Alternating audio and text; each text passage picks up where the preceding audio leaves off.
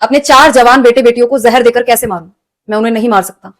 ये कहना है ओडिशा के मलकानगिरी के तंडकी गांव में रहने वाले रामकिशन का। रामकिशन के 4 बच्चे हैं, जिसमें से 2 बेटे 19 साल के, एक बेटी 20 साल की और एक बेटी 23 साल की है। इन चारों ही बच्चों को एक रेयर डिजीज हाइपोटोनिया है। हाइपोटोनिया जिसे फ्लॉपी इन्फेंट सिंड्रोम भी कहा जाता है, उसमें बॉडी की मसल्स नॉर्मली जितनी टाइट होती है उतनी टाइट नहीं होती। इसकी वजह से बॉडी लूज या फिर फ्लॉपी लग सकती है। बेबीज में यदि हाइपोटोनिया होता है तो उनके चलने फिरने में परेशानी के साथ साथ उनकी हेड मूवमेंट को कंट्रोल करना काफी ज्यादा मुश्किल होता है। और सबसे इंपॉर्टेंट चीज की हाइपोटोनिया को क्योर किया जाना काफी मुश्किल है। कई केसेस में फिजियोथेरेपी एक्सरसाइज से सिचुएशन को इंप्रूव किया जा सकता है, लेकिन यदि डिजीज न्यूरोलॉजिकल या फिर जेनेटिक है तो उसको कंप्लीटली क्योर किया जाना लगभग नामुमकिन है। और ऐसा ही कुछ केस रामकिशन के 4 बच्चों के साथ है। डॉक्टर का कहना है कि इनकी बीमारी को कभी भी क्योर नहीं किया जा सकता और साथ ही रामकिशन के पास भी अनफ मनी अवेलेबल नहीं है जिससे कि वो चारों बच्चों को थेरेपी दिला सके, इनका इलाज करवा सके। वो केवल 8,000 रुपए एक महीने का कमाते हैं, जिसमें चारों बच्चों का इलाज करवाना तो दूर, घर का खर्चा ही बड़े मुश्किल से चलता है। और ऊपर से मलकानगिरी एक नक्सलाइट रीजन है जहां आसपास अच्छी हेल्थ फैसिलिटीज अवेलेबल नहीं है। यदि इनको इलाज करवाना है तो भुवनेश्वर या फिर विशाखापट्टनम जाना पड़ेगा, जो कि अफोर्ड नहीं कर सकते। तो अब इस सिचुएशन में रामकिशन पूरी तरीके से बेबस और लाचार है। काफी सारे मिलने वालों ने उनको सलाह दी कि आप अपने चारों बच्चों को जहर देकर मार दो, इससे ही आप उनको मुक्त कर पाओगे और अपना जीवन भी अच्छे से जी पाओगे। लेकिन अपने खुद के ही बच्चों को जहर देकर मारना किसी भी माँ बाप के लिए मुमकिन नहीं है। अभी हरीश राणा केस आपने सुना होगा। कितनी सारी लीगैलिटीज को पूरा करने के बाद, परमानेंट वेजिटेटिव स्टेट में जाने के बाद हरीश राणा को सुप्रीम कोर्ट से